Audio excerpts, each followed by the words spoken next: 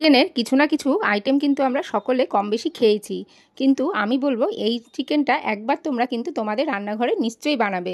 আজকে বানিয়েছি চিকেন মমতাজ। এটা একটা একেবারে ঐতিহাসিক একটা রান্না। আগেকার দিনে যে ইতিহাসের যে চিত্র রয়েছে, যে ইতিহাসের রচনা, সেইখান থেকে কিন্তু আমি এই রান্নাটা কিন্তু শিখেছি। আর মমতাজদের আমলে কিন্তু এই চিকেনটা খুব বেশি কিন্তু খাওয়া হতো।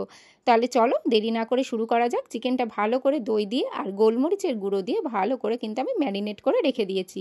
প্রায় 1 ঘন্টা মতো কিন্তু চিকেনটা একেবারে ম্যারিনেট করে রেখে দেবে। এরপর দেখো চিকেনটা কতটা সুন্দর ম্যারিনেশন ম্যারিনেট করা হয়ে গেছে। প্রায় 1 ঘন্টা মতো ম্যারিনেট করে রেখেছি। এবার পেঁয়াজ রসুনগুলো সব কেটে, পেঁয়াজ কিন্তু লাগবে না এটাতে, পেঁয়াজ টমেটো আর লঙ্কা এই দিয়েই কিন্তু আমাদের হয়ে যাবে। এরকম করে তোমরা কিন্তু বাড়িতে অবশ্যই করে খাবে, খুব টেস্টি হয় এরকম চিকেন। কারণ প্রতি সপ্তাহে বা আমরা কিন্তু চিকেন রান্না করে থাকি, তাই প্রতি সপ্তাহে একই রকম চিকেন কিন্তু ভালো লাগে না। এক একটা সময় এক এক রকম চিকেন রান্না করলে কিন্তু তার টেস্টটা কিন্তু খুব সুন্দর লাগে খেতে। পেঁয়াজ টমেটো এগুলো সব কেটে নিয়ে একবারে রান্নাটা চাপিয়ে বসিয়ে দেবো। পেঁয়াজ টমেটো আর লঙ্কা এখানে কেটে নিয়ে একবারে কিন্তু বসিয়ে দেবো রান্নাটা। কারণ প্রত্যেকটা রান্নাতে আমাদের কিন্তু সবকিছু জোগাড় যন্ত্র করাটাই কিন্তু বিশাল ব্যাপার। জোগাড় হয়ে গেলে কিন্তু রান্না করতে সময় লাগে না। পেঁয়াজগুলো আগে কেটে নিব, পেঁয়াজ টমেটো আর লঙ্কা।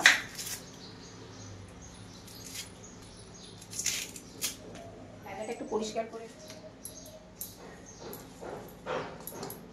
পরিষ্কার করে নিয়ে আবার আমি ফিরে আসছি।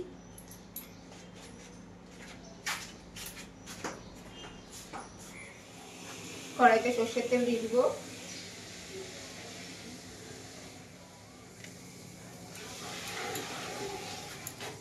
দিয়ে দিই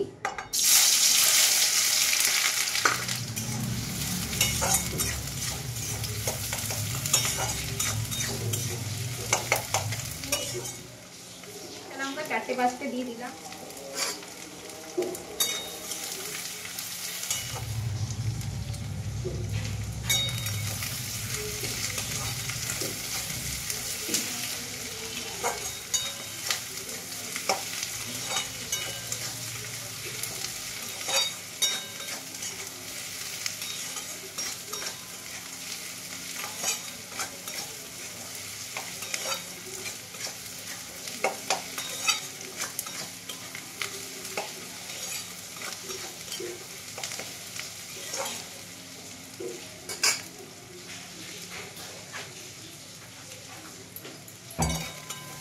পেঁয়াজ আর রসুনটা হালকা হালকা করে ভাজা হয়ে গেছে।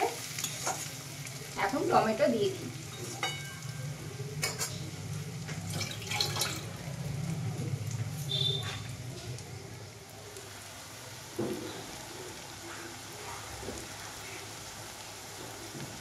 এবার কেটে রাখা টমেটো টুকরোগুলো দিয়ে দেব,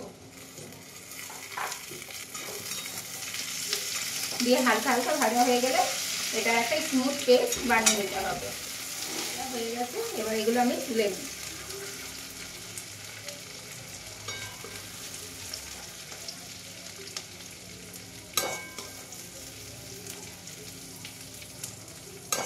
তেলে এবার দিয়ে দেবো একটু গরম মশলা ফোড়ন। গরম মশলার মধ্যে নিয়েছি এলাচ, দারচিনি আর একটু স্টার।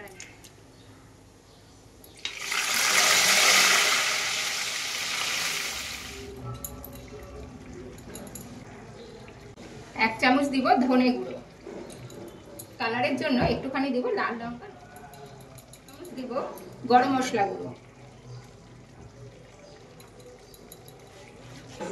পরিমাণ মতো দিব লবণ, পরিমাণ হলুদ।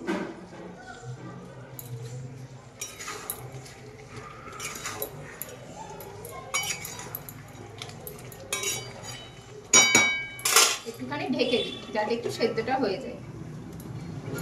যে পেঁয়াজ ভেজে রেখেছিলাম এটার একটা পেস্ট বানিয়ে নিলাম। এই পেস্টটা এবার ঢেলে নিই বাটিতে। বেশ কিছুক্ষণ কষতে হবে যাতে রসুন আর পেঁয়াজের যে গন্ধটা, সেই গন্ধটা একেবারে চলে যায়।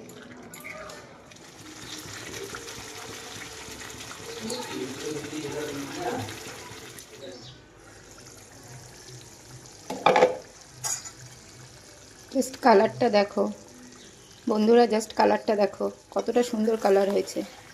বাড়িতে কিন্তু অবশ্যই এভাবে চিকেন করবেন। চিকেনও প্রায় একবারে নরম হয়ে গেছে আমার,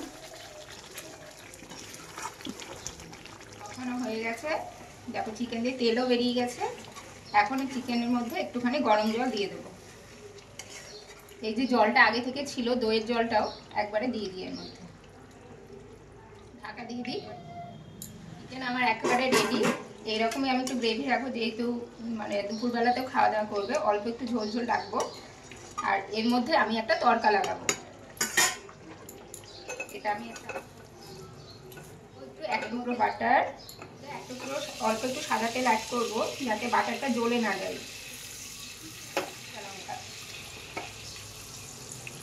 এইবার এই তড়কাটা আমি চিকেনের মধ্যে ঢেলে দেবো।